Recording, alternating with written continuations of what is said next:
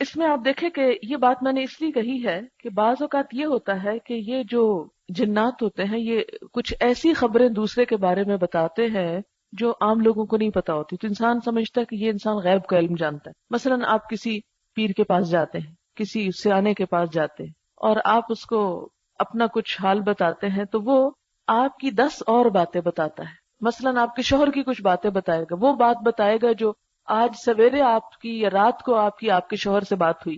اب آپ پریشان ہوں گے کہ یہ بات تو میرے اور میرے شوہر کے علاوہ کسی تیسرے کو پتا نہیں، ان بزرگ کو کیسے پتا چل گئی، یہ ضرور غیب جانتے۔ اور یہاں سے انسان شرک میں مبتلا ہو جاتا اور گمراہ ہو جاتا۔ آپ کو معلوم ہے یہ ہوتا کیا ہے؟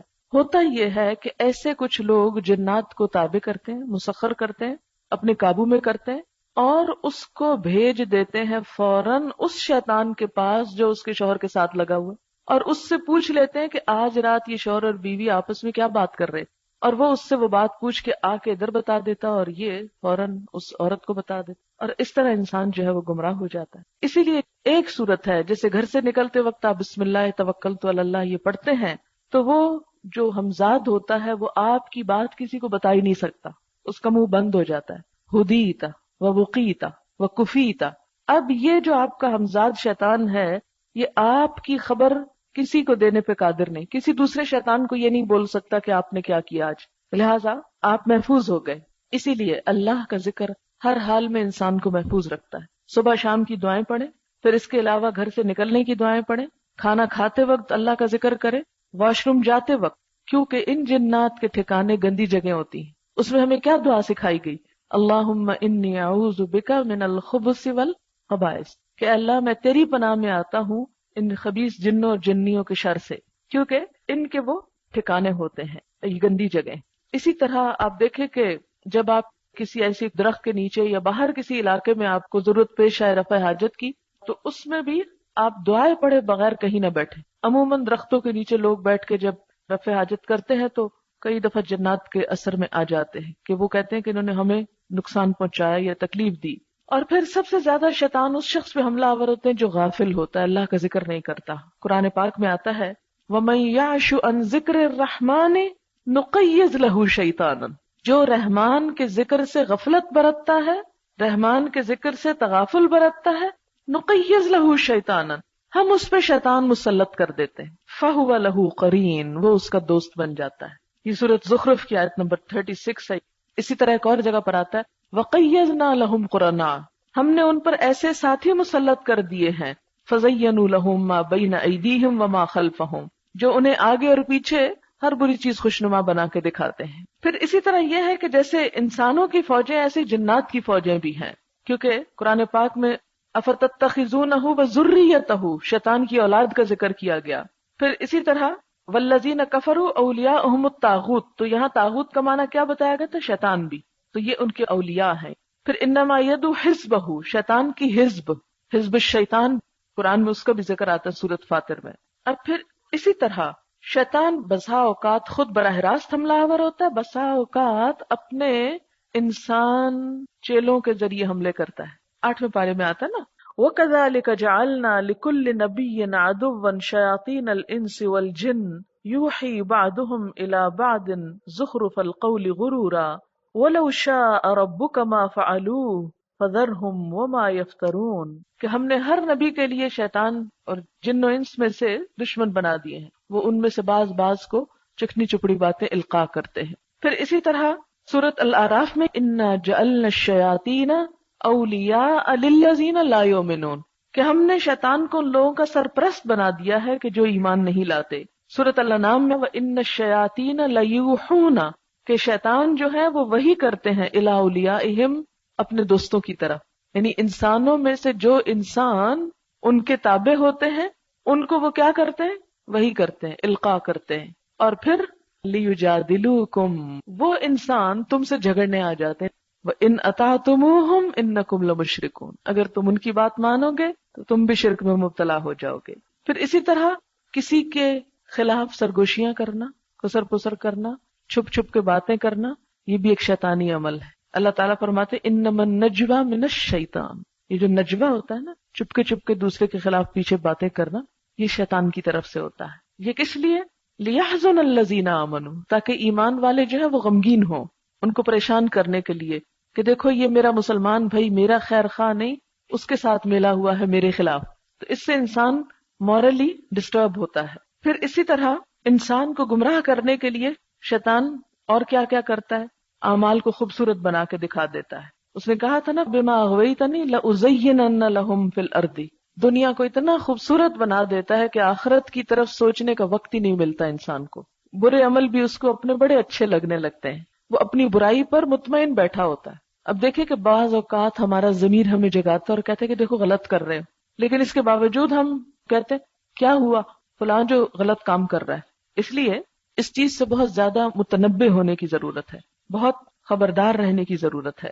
قرآن پاک میں ایک اور جگہ سورۃ النحل میں تاللہ لقد ارسلنا الی امم من قبلک فزین لهم الشیطان اعمالهم، شیطان نے ان کے اعمال خوبصورت بنا دیے. پھر اسی طرح وقیدنا لهم قرناء فزینوا لهم ما بین ایدیہم وما خلفهم وحق علیہم القول فی امم قد خلت من قبلهم من الجن والانس انہم کانوا خاسرین. پھر اسی طرح بعض اوقات غلط کام کو ایک خوبصورت نام دیتا ہے کہ ہم اس کی غلطی کو محسوس ہی نہیں کرتے. مثلا سود یا ربا کا نام انٹرسٹ رکھ دیا. انٹرسٹ کتنا انٹرسٹنگ ہے نا، کتنا خوبصورت ہے. پھر اسی طرح رقص و سرود اور فحاشی کا نام آرٹ رکھ دیا. پھر اسی طرح ظالمانہ ٹیکس کو کیا کہا، یعنی شاہی حق کہہ دیا اس کو. پھر اسی طرح شراب کے خوبصورت نام رکھ دیے. تو یہ شیطان کا حربہ ہے. آپ نے دیکھا حضرت آدم علیہ السلام کو سب سے پہلے اس نے کیا کیا تھا، هل ادلک علی شجرۃ الخلد وملک لا یبلی، بتاؤں تمہیں ایک ایسا درخت کھا کے کبھی انسان بوڑھا ہی نہیں ہوتا اس کو، اور ایسی بادشاہت ملتی ہے جو کبھی پرانی نہیں ہوتی. اور یہ کہہ کے انسان کو آج بھی اگر یقین کریں کہ کوئی اعلان کر دینا کہ فلاں دوا کھائیں اور آپ بوڑھے نہیں ہوگے، تو ساری دنیا دوڑ پڑے گی اس کی. وہ اینٹی ایجنگ کریم جو ہے کتنی مہنگی ہوتی ہیں اور لوگ دھڑا دھڑ ان کو ہزاروں روپے خرچ کر کے خرید رہے ہوتے ہیں. تو شیطان نے یہی وار کیا تھا اور کہا تھا شجرۃ الخلد، ایسا پھل کھا کے مرو گے نہیں کبھی، ہمیشہ زندہ رہو گے، ہمیشہ جوان رہو گے، ہمیشہ یہیں رہو گے، کبھی یہاں سے نکالے نہیں جاؤ. کیا خوبصورت نعرے، خوبصورت اشتہار دیا. یہ جو اشتہار بازی ہے نا آج کی، یہ بھی اسی کا ایک ہتھ کنڈا ہے. خراب سے خراب پروڈکٹ کو، ایک ردی سے ردی چیز کو اتنا خوبصورت بنا کے پیش کرتا ہے، انہی لوگ پیش کرتے ہیں اس کے چیلے، کہ انسان ٹریپ ہو جاتا ہے اور ہر صورت میں اسے ایک دفعہ تو ضرور آزمانا چاہتا ہے. کتنے لوگ ہیں جو اشتہار سے متاثر ہو کر کوئی چیز کم از کم ایک دفعہ نہ خریدیں، ایک دفعہ ضرور دھوکہ کھائیں گے، پھر اس کے بعد ہوش آئے یا نہ آئے. پھر اسی طرح افراط اور تفریط. افراط کیا ہوتا ہے، کسی چیز میں حد سے بڑھ جانا، اور تفریط کیا ہوتا ہے، حق بھی کم کر دینا. عقائد کے معاملے میں، عبادات کے معاملے میں، تعلقات کے معاملے میں، ہر چیز میں ایکسٹریم پہ. تو یہ ایکسٹریمزم جو ہے یہ شیطان کی طرف سے ہے. علامہ ابن قیم کہتے ہیں ان کی کتاب ہے نا تلبیس ابلیس، اللہ تعالیٰ جب کوئی حکم صادر کرتا ہے تو اس کے بارے میں شیطان کی دو خواہشیں ہوتی ہیں، یا تو اس میں کمی اور کوتاہی کی جائے یا زیادتی کی جائے، بیچ میں انسان کو نہیں رہنے دیتا. یہ بہت بڑا امتحان ہے انسان کا. اور اس لیے کہ ان میں سے بندہ کوئی ایک بھی غلطی کر لے تو کام کیا کرایا بھی ضائع ہو جائے گا. شیطان انسان کے دل کے پاس آتا ہے اور اسے سونگھتا ہے. اگر اس میں پست ہمتی، تن آسانی اور سہل پسندی کی صفت ہوتی ہے تو وہ اس دروازے سے انسان پر حملہ کرتا ہے، چنانچہ اس کی حوصلہ شکنی کے فرائض کی انجام دہی کرتا ہے اور اس کو روک دیتا ہے. یعنی حوصلہ شکنی کرے تو تم تو یہ کر ہی نہیں سکتے، تمہاری تو ہمت ہی نہیں، تمہارے تو اتنے مسائل ہیں، تمہاری تو اتنی مشکلات ہیں، تم نہیں اس قابل یہ کام کرو.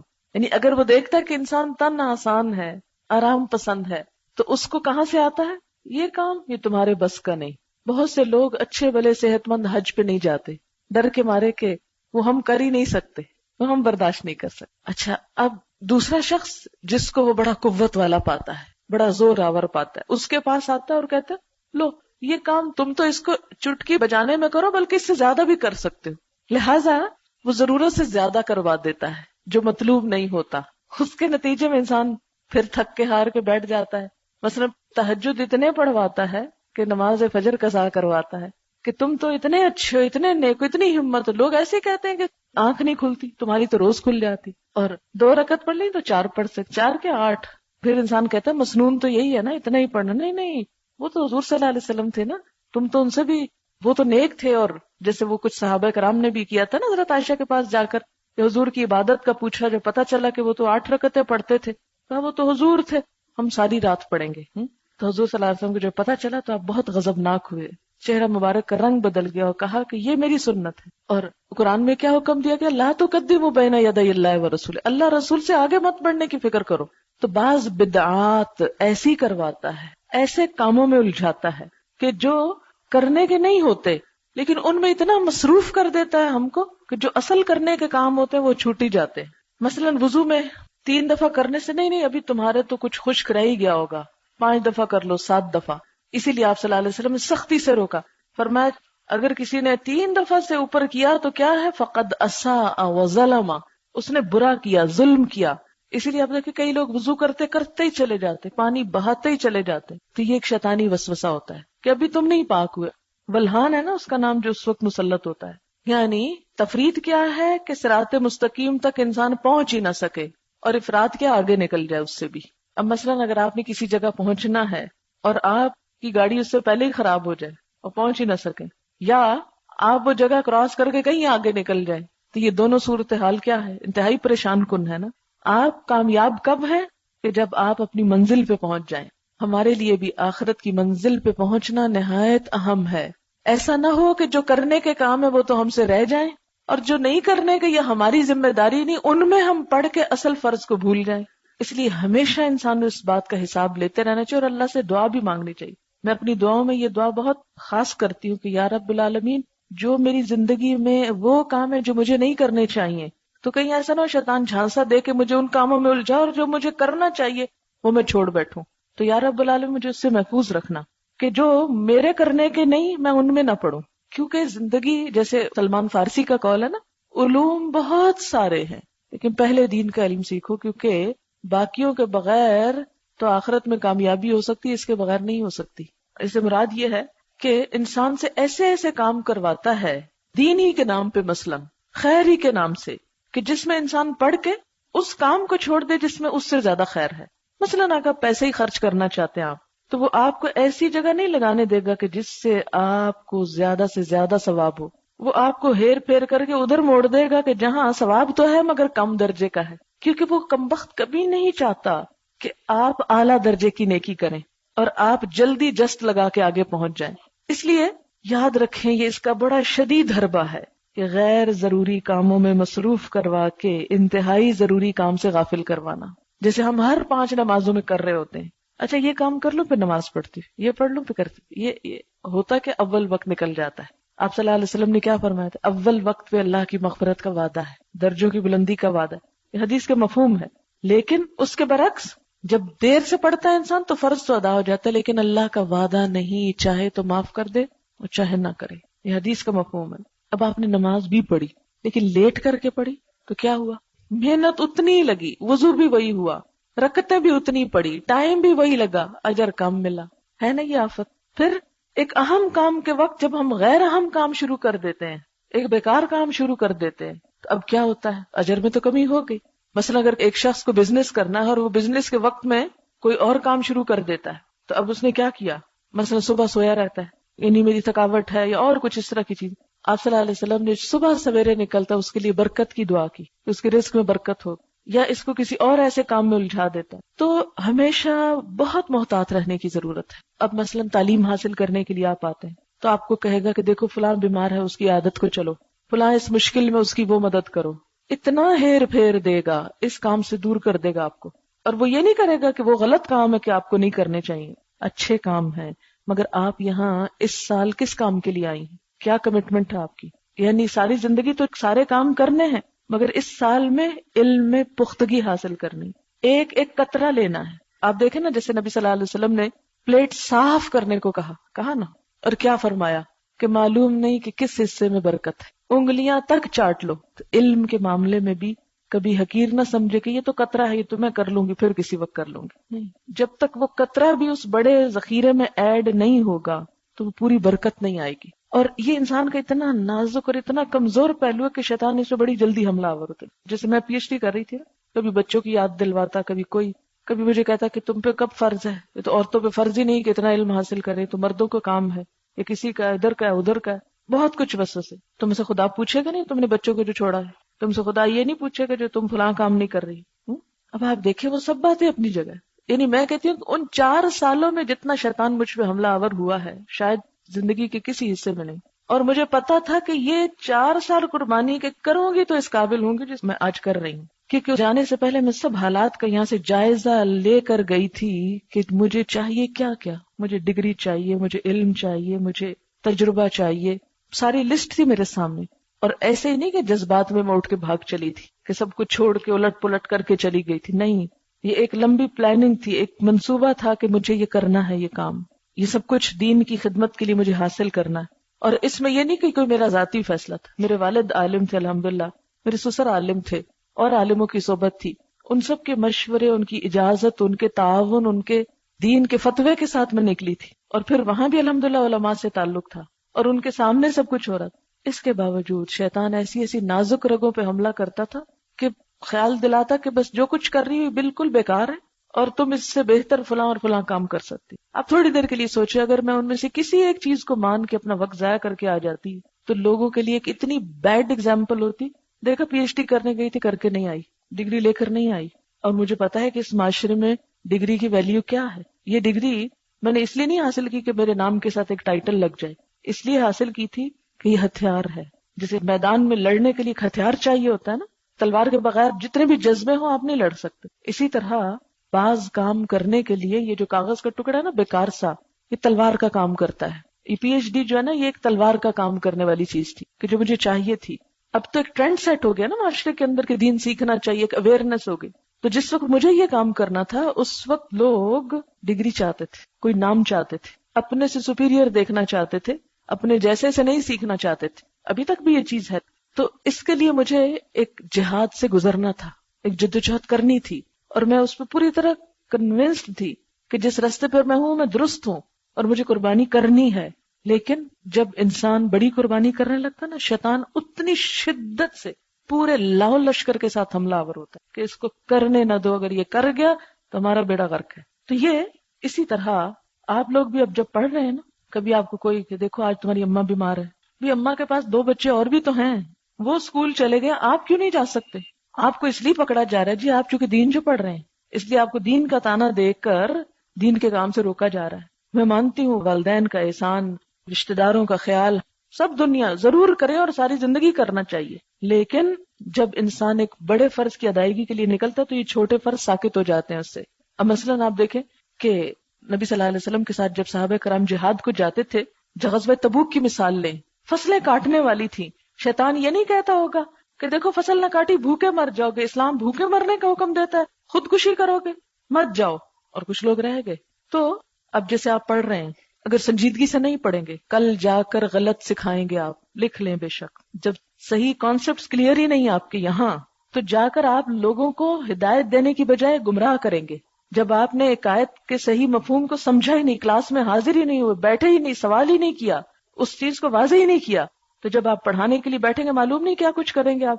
شیطان یہی تو چاہتا ہے کہ آپ تھکیں بھی، سکھائیں بھی اور غلط سکھائیں تاکہ آپ کے نامہ اعمال میں نیکی کی بجائے بدی لکھی جائے، لوگوں کو گمراہ کرنے کا الزام لکھا جائے. تو اس لیے میں سمجھتی ہوں کہ باقی کام بھی بڑے ضروری ہیں، لیکن جب آپ اس چیز کے ساتھ آپ نے کمٹمنٹ کی ہے تو اس کمٹمنٹ کو نبھائیں، کیونکہ اگر اس میں کمی رہ گئی تو یہ بہت بڑا جرم ہوگا. کیونکہ آپ نے اوروں کو لے کر چلنا ہے. یہ کورس اس چیز کے لیے نہیں کہ صرف آپ کے عمل میں ایک اچھی خوشگوار تبدیلی آ جائے، یہ اس لیے بھی کہ آپ نے دوسروں کو راہ دکھانی. اور شیطان سب سے بڑھ کر حملہ آور ہوگا اور وہ آپ سے وہ کام کرائے گا جو آپ کے علاوہ اور لوگوں کو کرنے چاہیے اور کرنے والے موجود ہیں. اس وقت وہ ہمیں پھسلاتا ہے، احساس دلاتا ہے دیکھو اگر تم نے یہ نہ کیا تو لوگ کہیں گے دیکھو کیسا ہے، کیسا دین کا کام کر رہا ہے، یہ کام بھی نہیں کرتا. بعض اوقات لوگ مجھ سے بھی کچھ باتیں کرتے ہیں، آپ نے یہ تو کیا نہیں تو آپ قرآن کیا سکھا رہی. تو میں اس وقت یہ کہتی ہوں کہ کیا یہ کام صرف میرے کرنے سے ہوگا یا اس کی ذمہ داری صرف ایک مجھ پر ہے؟ اگر صرف ایک مجھ پر ہے تو میں وہ چھوڑ دیتی ہوں جو میں کر رہی ہوں. آپ کے خیال میں وہ غیر اہم کام ہے جو میں کر رہی ہوں؟ یعنی میں بیکار کھیل کھیل رہی ہوں؟ جو میں کر رہی ہوں وہ بھی بہت اہم ہے. اور میں 100% کنونسڈ ہوں اس چیز سے کہ جو میں کر رہی ہوں مجھے کرنا ہے اور کرنا چاہیے. میں اب کسی قیمت پر اس کو چھوڑ کر اس سے کم اہم کام جو کوئی دوسرا کر سکتا ہے وہ نہیں کروں گی. کہ میرا یہ وقت ضائع نہ ہو. کیوں؟ اس لیے کہ جو میں کر رہی ہوں اگر آپ میری جگہ آ جائیں تو میں وہ کرتی ہوں. میری جگہ آپ آ جائیں، یہاں بیٹھ جائیں، یہ کام آپ سکھائیں تو میں وہ کرتی ہوں جو آپ نہیں کرنا چاہتے اور مجھ سے کروانا چاہتے ہیں. ٹھیک ہے، کرنے کو تو ہر وقت آپ کام کریں اور بہت کچھ کریں. کام تو اتنے ہیں خیر کے، بھلائی کے، نیکی کے، جو کبھی ختم نہ ہو. بہت سارے لوگ مثلاً مجھے کہتے ہیں جی آپ تو امیر لوگوں کو پڑھا رہی ہیں بیٹھ کے، کبھی کچی بستیوں میں جا کے دیکھا آپ نے کیا ہو رہا ہے؟ ہاں میں نے دیکھا ہے، میں کئی جگہ گئی ہوں کچی بستیوں میں، لیکن مجھے اشتہار نہیں دینا کہ میں جاتی ہوں. اور الحمدللہ کچی بستیوں میں بھی ہماری برانچز کھل رہی ہیں. مجھے ان کو نہ اپنی صفائی دینی ہے نہ جواب دینا ہے، لیکن میری پلاننگ کیا ہے کہ میں یہاں ایک ریسورس پرسن کی حیثیت سے بیٹھوں، میرے پاس اسٹوڈنٹس آئیں اور وہ واپس جا کے ہر جگہ پھیل جائیں. کچی بستیوں میں بھی جائیں اور پکیوں میں بھی جائیں اور شہروں میں بھی جائیں اور دیہاتوں میں بھی جائیں، پاکستان میں بھی جائیں اور امریکہ میں بھی جائیں اور ہر جگہ جائیں. کیا میں ہر جگہ جا سکتی ہوں؟ میں ہر جگہ نہیں جا سکتی. جہاں تک میرے ہمت اور استطاعت ہے بس وہاں چلی جاتی ہوں. ہر جگہ نہیں جاتی، جا ہی نہیں سکتی. بعض اوقات لوگ آتے ہیں جی لوگ آج کل بڑا تبلیغ کا کام کر رہے ہیں لیکن ان کو ذرا احساس نہیں کہ ہسپتالوں میں مریضوں پہ کیا گزر رہی ہے. اب آپ اتنا گلٹی فیل کرتے ہیں. ہاں واقعی کتنے ہم بے حس لوگ ہیں. ہم کیا کام فضول سا کر رہے ہیں یہاں بیٹھ کے؟ ہمیں تو اسپتال جا کے خدمت کرنی چاہیے. ہسپتال والوں نے وہ جو عملہ رکھا ہوا ہے ہزاروں میں، وہ کس کام کے لیے رکھا ہوا ہے؟ پھر وہاں جو فنڈز دیے جاتے ہیں وہ کس کام کے لیے دیے جاتے ہیں؟ وہاں جو فیسلٹیز ہے وہ کس لیے دی جاتی؟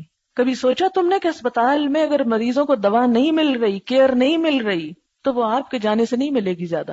آپ اس جڑ کو پکڑیں کہ وہ کیوں نہیں مل رہی. میرا کام یہ ہے کہ اس کی اصلاح کروں کہ مریضوں کو حق نہیں مل رہا، ڈاکٹرز کے ہوتے ہوئے، فنڈز کے ہوتے ہوئے، نرسز کے ہوتے ہوئے، بلڈنگز کے ہوتے ہوئے. پھر آپ تو سارا پیسہ اتنی مہنگی جگہ خریدنے پہ لگا دیا، اس سے بہتر تھا کوئی یتیم خانہ بنوا دیتی، کوئی اور کام کر لیتی. تو کیا معاشرے میں اور افراد موجود نہیں ہے کہ جو یہ کام کریں؟ وہ کریں یہ کام. مجھے یہ کام کرنا ہے تاکہ میں یہاں بیٹھ کے لوگوں کو بتاؤں کہ یتیموں کا خیال رکھو. مجھے یہاں بیٹھ کے یہ کام کرنا ہے کہ میں لوگوں کو ہلاؤں کہ معاشرے کے مسکینوں اور بھوکوں کو دو. کیا یہ غیر اہم کام ہے کہ میں وہ کی پرووائڈ کر رہی ہوں کہ جس میں سب کے دکھوں کا علاج ہے؟ آپ کیوں اس بات پہ تلے ہوئے ہیں کہ روز مجھے ستائیں کہ آپ جو کام کر رہی ہیں وہ تو کوئی خاص نہیں ہے، اس سے بڑے اچھے کام وہ اور وہ اور وہ ہیں.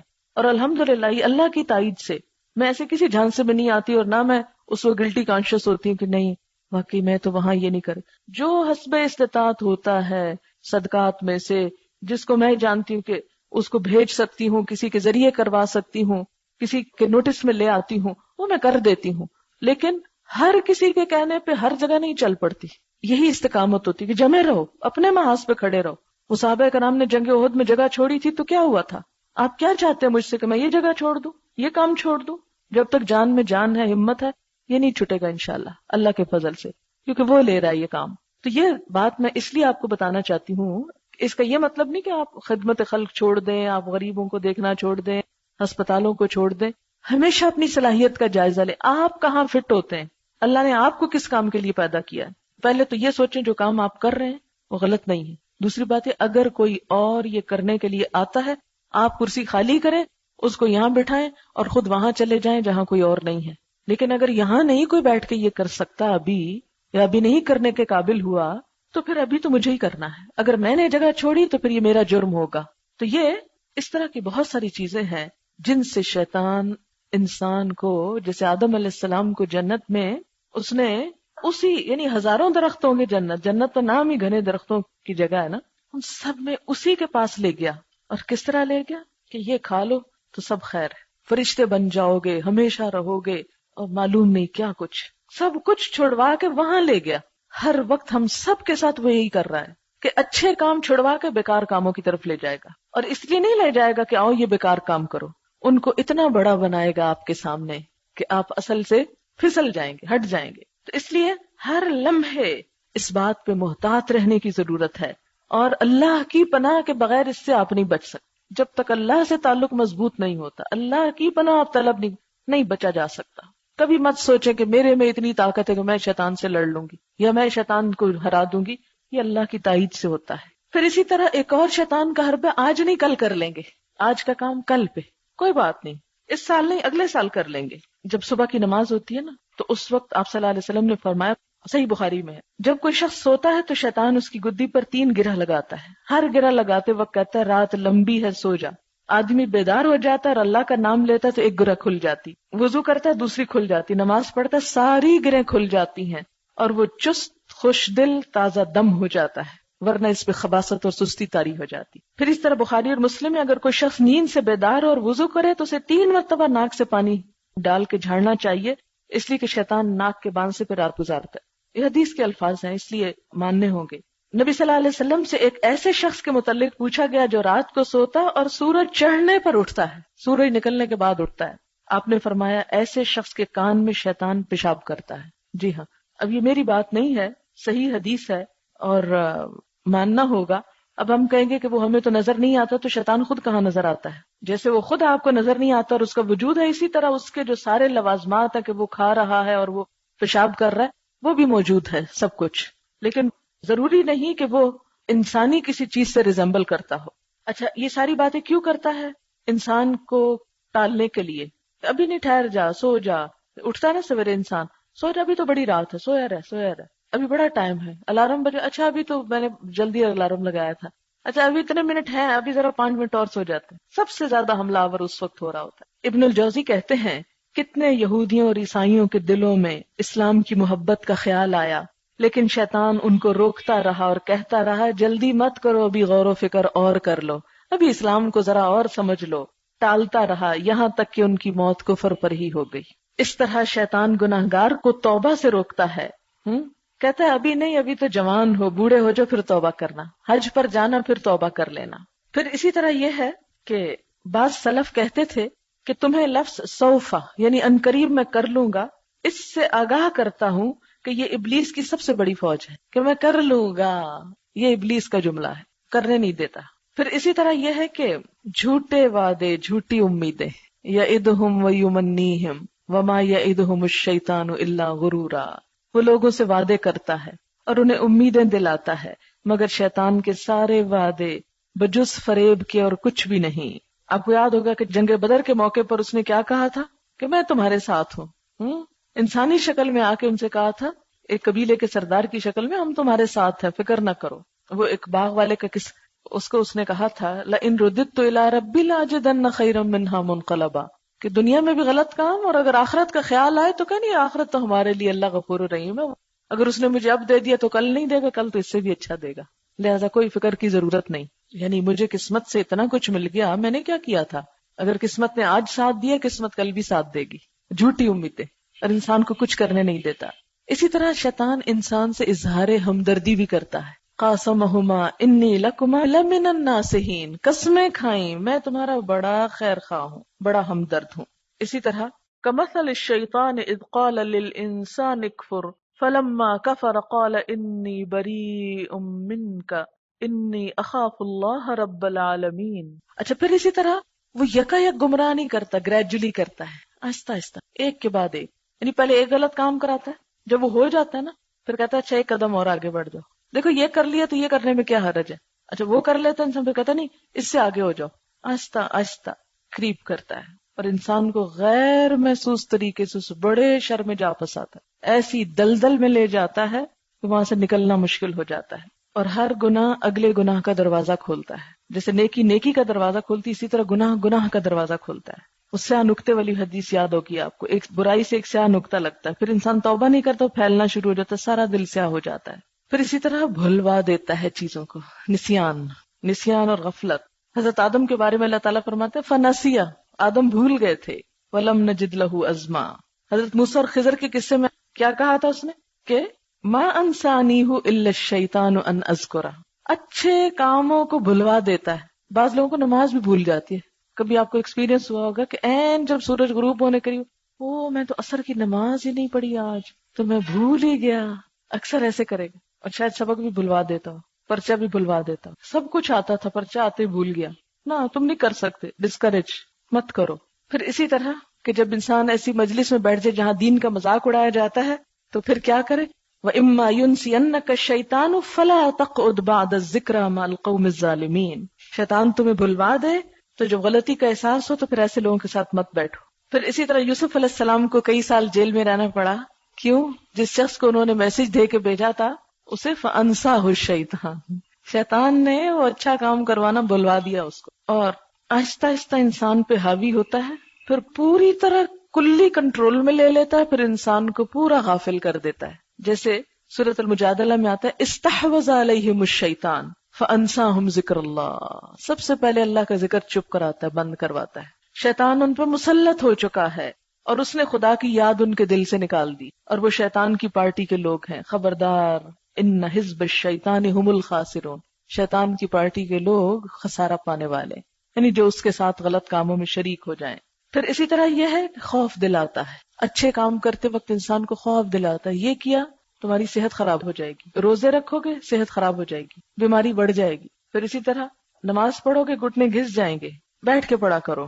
بعضوں کا تو واقعی ڈاکٹرز منع کر دیتے ہیں، لیکن آپ نے دیکھا ہوگا کہ جو لوگ شروع سے یوز ٹو ہوتے ہیں، بوڑھے سے بوڑھے بھی ہو جاتے ہیں لیکن وہ کرتے رہتے ہیں، ان کو فرق نہیں پڑتا. پھر اسی طرح یہ ہے کہ انسان کے نفس پہ غلبہ پاتا ہے، نفسانی خواہشات کو ابھارتا ہے، ایسے کام کرواتا ہے کہ جس میں نفس کو لذت ملتی ہے. پھر اور اس کی میں ابھی مزید ڈیٹیل بتاؤں گی اگلی آیت کے ذریعے کہ نفس پہ کس طرح کنٹرول کرتا ہے، نفس کو پسندیدہ چیزیں کون سی ہیں اور وہ ان کے ذریعے کیسے آتا ہے. پھر شکوک و شبہات ڈالتا ہے، شکوک و شبہات. بخاری اور مسلم کی حدیث ہے، تم میں سے بعض آدمیوں کے پاس شیطان آ کر کہتا ہے فلاں چیز کس نے پیدا کی، فلاں کس نے پیدا کی، اور نوبت یہاں تک پہنچتی ہے کہ پوچھتا ہے تیرے رب کو کس نے پیدا کیا. کبھی آیا ایسا خیال؟ یہ سراسر شیطان کی طرف سے. جب بات یہاں تک پہنچ جائے تو آدمی کو اللہ کی پناہ مانگنی چاہیے اور وہیں رک جانا چاہیے. بس بعض صحابہ اپنے دل میں پیدا ہونے والے شیطان کے وسوسوں کے بارے میں نبی صلی اللہ علیہ وسلم سے شکایت کی اور کہا کہ یا رسول اللہ صلی اللہ علیہ وسلم، ہمارے دل میں ایسے خیالات پیدا ہوتے ہیں جن کو زبان پر لانا بھی ہم کو گوارا نہیں. آپ نے فرمایا کیا حقیقت میں تمہارے دلوں میں ایسے خیال آتے ہیں؟ انہوں نے کہا ہاں. آپ نے فرمایا یہی خالص ایمان، کہ شیطان اسی جگہ پہ حملہ کرتا ہے جہاں ایمان ہوتا ہے، وسوسے وہیں آتے جہاں ایمان ہوتا. جیسے چور ڈاکو کہاں حملہ کرتے ہیں؟ جہاں کوئی مال دولت ہوتی. تو جس دل میں ایمان ہوتا ہے وہیں شیطان آتا ہے اور ایسے برے برے خیالات لاتا ہے کہ انسان زبان پہ نہ لا سکے. بعض اوقات ایسی بری خیالات دماغ پہ چپک کر رہ جاتے ہیں کہ انسان صحیح کام کرنے کی ہمت ہی نہیں پاتا اپنے اندر. نبی صلی اللہ علیہ وسلم کے پاس ایک آدمی آیا اور کہنے لگا میں اپنے آپ ایسی باتیں کرتا ہوں جن کو زبان پر لانے سے بہتر ہے کہ جل کر بھسم ہو جاؤں. آپ نے فرمایا شکر کرو اس خدا کا جس نے اس کے معاملے کو وسوسے کی طرف لوٹا دیا کہ اللہ اس پہ حساب نہیں لے گا، حتیٰ کہ انبیاء کو بھی نہیں چھوڑتا. وہ آیت یاد ہوگی وما ارسلنا من قبلک من رسول ولا نبی الا اذا تمنى القى الشیطان فی امنیته فینسخ اللہ ما یلقی الشیطان ثم یحکم اللہ آیاتہ واللہ علیم حکیم. اس کا ترجمہ کیا ہے؟ اے نبی صلی اللہ علیہ وسلم، تم سے پہلے ہم نے نہ کوئی رسول ایسا بھیجا ہے نہ نبی جس کے ساتھ یہ معاملہ پیش نہ آیا ہو کہ جب اس نے تمنا کی شیطان نے اس کی تمنا میں کچھ ڈال دیا. اس طرح جو کچھ بھی شیطان القاء کرتا ہے اللہ اس کو ختم کر دیتا ہے اور اپنی آیات کو پختہ کرتا ہے، اور اللہ علیم و حکیم ہے. اللہ ایسے کیوں ہونے دیتا ہے؟ تاکہ شیطان کی ڈالی خرابی کو فتنہ بنا دے ان لوگوں کے لیے جن کے دلوں میں بیماری ہے، اور جن کے دل سخت ہیں بے شک ظالم لوگ اناد میں بہت دور نکل گئے ہیں. پھر کچھ شیطانی کام ہیں جیسے شراب، جوا، بت پرستی، فال نکالنا، کہ رجس من عمل الشیطان. جو شخص ان کاموں میں مبتلا ہو وہ پوری طرح شیطان کے تسلط میں ہے. کیونکہ بعض لوگ یہ کہتے ہیں نا کہ شراب کہاں حرام ہے، فرمایا من عمل الشیطان، تو جو عمل الشیطان کوئی نیکی کا کام نہیں ہو سکتا. پھر اسی طرح جادوگری، پھر اسی طرح فال لینا پرندوں سے، تیروں سے، پھر اسی طرح جادو کے چکر میں مبتلا ہو جانا. اور انسان کی مشکل یہ ہے کہ انسان ایسے توہمات میں مبتلا ہو کر ایسے طریقوں سے جادو کا توڑ شروع کرواتا ہے کہ جس میں پھر شرک میں مبتلا ہو جاتا ہے. پھر اسی طرح مرد کے لیے عورت کی شکل میں شیطان، کیونکہ عورت جب گھر سے نکلتی ہے شیطان ساتھ نکل آتا ہے اور مرد کے لیے اس کو بہت پرکشش بنا دیتا ہے. اسی طرح گیت گانے وغیرہ، یہ ایسے ہتھ کنڈے ہیں جن کے ذریعے شیطان دلوں میں بگاڑ پیدا کرتا ہے اور نفس کو تباہ کر دیتا ہے. اس کے بارے میں آگے وہ جو بسوتے کا لفظ ہے وہاں میں وضاحت کروں گی. پھر شریعت کی پابندی میں سستی، اور ہر چیز کی ابتدا دل میں وسوسہ ڈال کر وہ لاتا ہے. اسی لیے دعا سکھائی گئی قل اعوذ برب الناس ملک الناس الہ الناس من شر الوسواس الخناس الذي يوسوس في صدور الناس من الجنۃ والناس. صبح شام بھی 3 دفعہ پڑھیں اور رات کو سوتے وقت، تو انشاءاللہ اس کے وسوسوں سے محفوظ رہیں گے. جب اس کے وسوسوں سے محفوظ رہیں گے تو آپ اس کا ترنے والا نہیں بنیں گے. جب اس نے کہا لَأَحْتَنِكَنَّ، میں کھا جاؤں گا اس کو، چبا جاؤں گا اس کو، کھینچ لوں گا اس کو اپنی طرف، اس کی بیخ کو نہیں کر ڈالوں گا، صاف کر ڈالوں گا۔ بسا اوقات 70 نیکیاں کرواتا ہے تاکہ ایک غلط کام کر کے ان کو ضائع کروائے، یعنی پہلے تھکاتا ہے انسان کو، یہ اچھا کام کر لو، یہ اچھا کر لو، یہ اچھا کر، انسان اچھے کرتا جاتا ہے حتیٰ کہ ایسا ایک کرواتا ہے کہ سارے برباد، سب ڈھا دے۔ لیکن ساتھ ہی یاد رکھیں، اب اتنی باتیں اس کی ساتھ یاد رکھیں کہ اللہ تعالیٰ فرماتے ہیں ان عبادی لیس لک علیہم سلطان، میرے بندے ان پہ تیرا کوئی زور نہ چلے گا، تیرا کوئی بس نہیں چلے گا، تیرا ہر ہتھ کنڈا ان پہ ناکام ہو جائے گا۔ وَكَفَى بِرَبِّكَ وَكِيلًا، اور توکل کے لیے تیرا رب کافی ہے۔ ان عبادی یعنی میرے چنے ہوئے بندے، میرے مومن بندے، اپنی طرف نسبت کی کہ جو میرے سے تعلق رکھیں گے، میری اطاعت کریں گے، مجھ سے محبت کریں گے، میرے راستے پہ چلیں گے، پھر تو ان پہ زور نہیں رکھتا، انہیں میں حفاظت میں رکھوں گا، میں بچا لوں گا، تیرے پاس کوئی زور نہیں ہے کہ تو ان پہ زبردستی کر سکے، کیونکہ شیطان کا کام وسوسے ڈالنا تو ہے مگر زبردستی نہیں کچھ کرا سکتا، آپ کا ہاتھ پکڑ کے کچھ نہیں کرا سکتا، آپ کو کھینچ کے کہیں نہیں لے جا سکتا، وہ قوت آپ کو اللہ نے دی کیونکہ آپ کو فضیلت بخشی۔ وَلَقَدْ كَرَّمْنَا بَنِي آدم، انسان شیطان کی ساری سازشوں، چالوں، حربوں کے باوجود شیطان کے مقابلے میں افضل ہے، طاقتور ہے، اگر وہ اس کے مقابلے میں اپنی طاقت کو استعمال کرے، لیکن یہ اسی وقت ہو سکتا ہے جب آپ اس کی چالوں سے آگاہ ہوں۔ تو اب آگاہ تو کر دیا ہے، اب آگے آپ کا کام۔ قال اذهب، فرمایا جا، کس نے فرمایا؟ اللہ تعالیٰ نے۔ فمن تبعک، تو جو کوئی تیری پیروی کرے گا، منہم، ان میں سے، یعنی ان بندوں میں سے، ان انسانوں میں سے جو تیرے پیچھے چلے گا، تیری بات مانے گا، فإن جہنم، تو یقیناً جہنم، جزاؤکم، بدلہ ہے تمہارا، جزاء موفورا، پورا پورا بدلہ، وافر بدلہ، یعنی خوب سزا دوں گا ان کو، وافر مقدار میں۔ اب وہ کس کس طرح کر رہا ہے، کیا کیا اس کو چھوٹ دی گئی، اس کے ہتھیار آلات کیا ہے؟ وَاسْتَفْزِزْ مَنِ اسْتَطَعْتَ مِنْهُمْ بِصَوْتِكَ وَأَجْلِبْ عَلَيْهِمْ بِخَيْلِكَ وَرَجِلِكَ وَشَارِكْهُمْ فِي الْأَمْوَالِ وَالْأَوْلَادِ وَعِدْهُمْ وَمَا يَعِدُهُمُ الشَّيْطَانُ إِلَّا غُرُورًا۔ یہ ہے شیطان کا جال۔ وَاسْتَفْزِزْ، اور بہکا لے۔ استفزاز، فے زے سے کمانا ہے استخفاف، کسی کو ہلکا اور حقیر سمجھنا، خفیف سمجھنا۔ آپ اسی کو اپنے راستے پہ لے جا سکتے ہیں جو آپ کے مقابلے میں قوت میں، دلیل میں کم ہو، خفیف ہو۔ کسی کو جگہ سے اکھاڑ دینا، استفزاز، بے آرام کر دینا اور دور بھگانا۔ وستفزز، بہکا لے، اکسا لے، بے آرام کر لے، ہلکا سمجھ لے۔ من استطاعتا، جس کو تو استطاعت رکھتا ہے، جہاں جہاں تک تو جا سکتا ہے، منہم، ان میں سے، کس طرح؟ بصوتک، اپنی آواز کے ساتھ، شیطان کی آواز۔ فرمایا کہ اپنی آواز کے ساتھ جس کو تو بہکا سکتا ہے بہکا لے، اکسا سکتا ہے اکسا لے، اس کی جگہ سے اکھاڑ سکتا ہے اکھاڑ لے، بے آرام کر سکتا ہے کر لے، حق سے دور بھگا سکتا ہے بھگا لے۔ یہ سب معنی استفزاز میں، بہت جامع لفظ ہے۔ اپنی آواز کے ساتھ، اب تک تو ہم نے ساری باتیں اس کے وسوسوں اور اس کی امیدیں دلانے کی اور اس طرح کی پڑھی، تو یہاں آواز کی بات سے کیا مراد ہے؟ کیونکہ آواز تو آواز ہے۔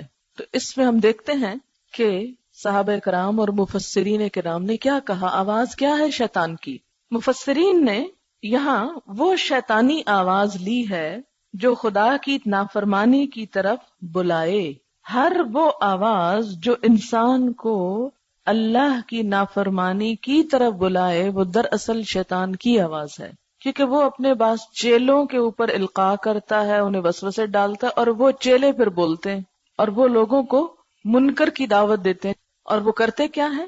یأمرون بالمنکر، منکر کا حکم دیتے ہیں۔ تو وہ انسان بھی جو انسانوں کو برائی کی دعوت دیں، اگر وہ منہ سے بول کر دے رہے ہیں تو وہ دراصل آواز شیطانی آواز ہے۔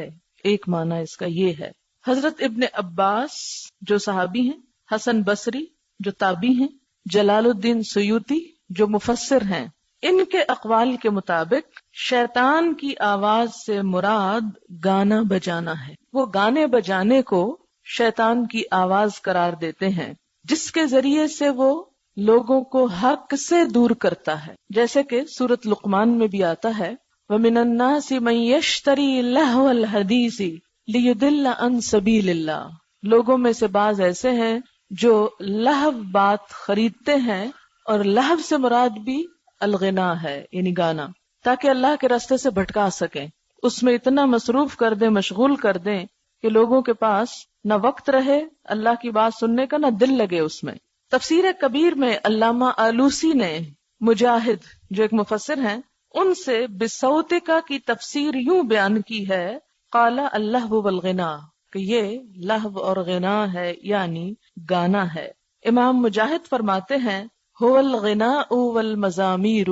تفسیر ابن کثیر ہے کہ صوت شیطان سے مراد الغناء والمزامیر گانے اور باجے ہیں، یعنی انسٹرومنٹس میں سے جو کچھ نکلتا ہے. پھر اسی طرح ہم دیکھتے ہیں کہ کچھ ایسی چیزیں جدید تحقیقات سے بھی سامنے آئی ہیں کہ جس سے پتہ چلتا ہے کہ میوزک کے ذریعے شیطان کس طرح انسان پر حملہ آور ہوتا ہے. ساؤتھ افریقہ کے ایک اسکالر ہیں رشید کرولیا، انہوں نے اس موضوع پر کافی ریسرچ کی، اور سمر کورس میں ایک بچی نے وہ کیسٹ دی جو کورس کی انچارج تھی ان کو، اور پھر اس موضوع پر وہ ساری کیسٹ ٹرانسکرائب کرائے گی، پھر اس کی ٹرانسلیشن ہوئی، اور جو جو اس ریسرچ کے اندر تھا اس کو بھی اور بہت ساری کتابوں کو سامنے رکھ کر ایک لیکچر پریپیئر کیا گیا میوزک کے موضوع پر.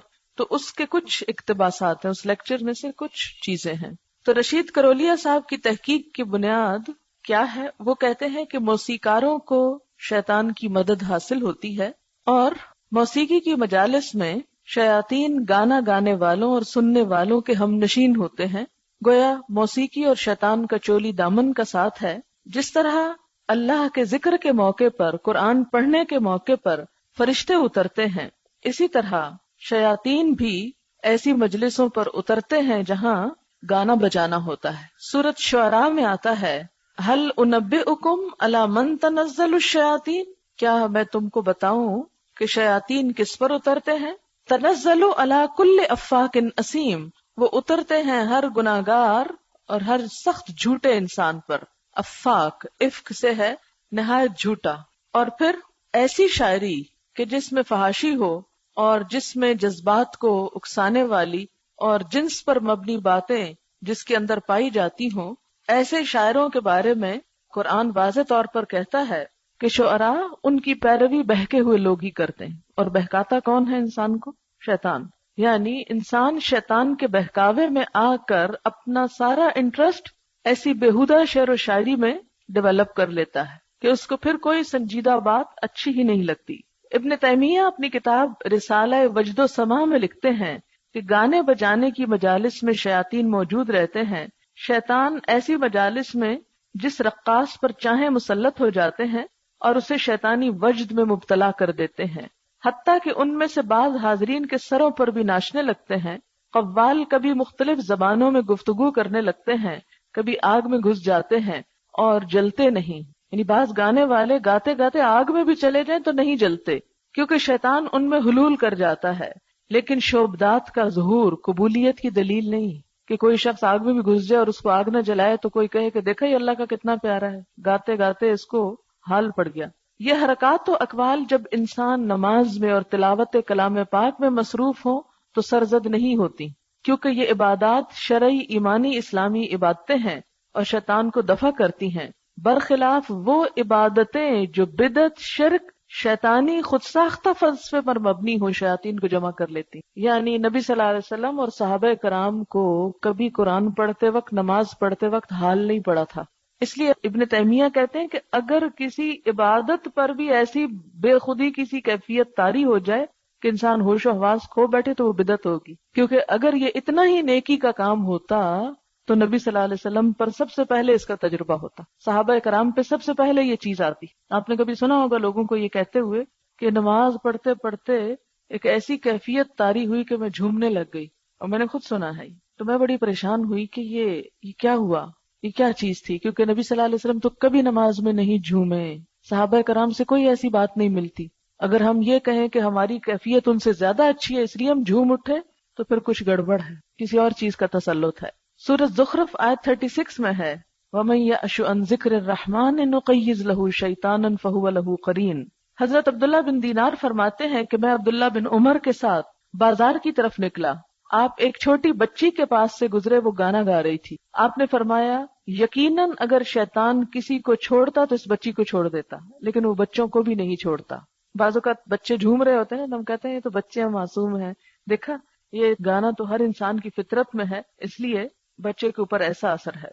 رشید کرولیا صاحب کی تحقیق کے مطابق شیطانی پیغامات کا کام دنیا کی ہر زبان کی موسیقی میں ہو رہا ہے. یعنی موسیقی میں آج کل ایک ایسا ٹرینڈ ہے کہ جس میں شیطانی میسیجز دیے جاتے ہیں. پاکستان میں بھی ایسا کسی نے کچھ کرنے کی کوشش کی. 21 مارچ 99 کو ایک انگریزی اخبار کے آرٹیکل وائبس کرپٹکس، پراسرار آوازیں اس کا معنی ہے، ایک آرٹیکل پرنٹ ہوا. چلے اخبار کا نام بتا دا نیوز میں، کیونکہ آپ کہیں گے اچھا کون سا اخبار تھا تو اسے ڈھونڈے، آپ ڈھونڈ لیں خود. 21 مارچ 99 کو. اور اس آرٹیکل سے بھی معلوم ہوا کہ 95 کے آغاز میں لاہور کے ایک صحافی نے گانوں کی کچھ کیسٹس کی 500 کاپیاں خود تیار کروا کے لوگوں میں مفت تقسیم کی. آپ نے آج تک قرآن کی نہیں مفت تقسیم کی ہوگی 500. تو انہوں نے کچھ خاص گانوں کی کیسٹس مفت تقسیم کی، اور لوگوں نے ان کیسٹس کو سن کر محسوس کیا کہ ان ٹیپس میں کچھ پراسرار آوازیں سنائی دیتی. ان لوگوں کی تصدیق کچھ اخباروں کے آرٹیکل سے ہوئی. ان گانوں کو غور سے سننے پر ایسا محسوس ہوتا ہے جیسے کوئی چیخ رہا ہو ابلیس ابلیس. کسی کیسٹ میں جو کولا کے الفاظ سنائی دیتے ہیں، جو کولا، اور اس کو ڈکشنری میں دیکھا گیا تو مانا تھا دھوکہ دیا. تو شیطان جو ہے وہ دراصل کیا کہتا ہے، لا یغرنکم باللہ الغرور، سب سے بڑا دھوکے باز ہے. قرآن میں اس کو غرور کہا گیا، فعول کے وزن پر، سب سے بڑا دھوکے باز. یہ گانوں کے کیسٹ فرضی نام آتش راگ، آتش ہوتا نا آگ، آتش راگ کے نام سے تیار کیے گئے. ابلیس کا مادہ بھی آگ سے ہی بنتا ہے، اور جو بینڈ کا نام تھا وہ عذاب تھا. پھر اسی طرح جب لکھنے والے کی ملاقات اس صحافی سے ہوئی اور اس نے ان کیسٹس کی پراسرار آوازوں کی حقیقت پوچھی تو انہوں نے ان کو مذاق میں یہ کہہ کر ٹال دیا کہ دراصل یہ پیغامات معاشرے کے اوپر طنز اور ایک انتقامی رد عمل کے طور پر اس نے جان بوجھ کر ان ٹیپس میں ریکارڈ کروائے. جب پوچھا گیا کہ یہ کیا ہے، یہ ایسی آوازیں کیوں ہیں، تو اس نے اس کو ایک اور نام دے دیا. پھر اسی طرح رشید کرولیا صاحب نے جدید ریسرچ سے اس حدیث کو ثابت کیا جس میں ذکر ملتا ہے کہ شیطان کا مؤذن دراصل موسیقار ہے. ایک حدیث میں آتا ہے کہ شیطان کی اذان دینے والا کون ہے؟ موسیقار. انہوں نے ایک میوزک گروپ چیپ ٹرکس کی مثال پیش کی. اس میوزک گروپ کے ایک البم کے تعارف میں اس گروپ کا لیڈ سنگر اناؤنسمنٹ کرتا ہے this song is the first from our album, یہ ہماری البم کا پہلا گانا ہے. اس اناؤنسمنٹ کو اینٹی کلاک وائز چلایا جائے اور مختلف ٹیکنیکس کے ساتھ بیک ٹریک کیا جائے تو یہ الفاظ سنے جاتے ہیں، مائی سرونٹ از اے میوزیشین، یعنی میوزیشین میرا غلام ہے. کس کا؟ یعنی شیطان کا.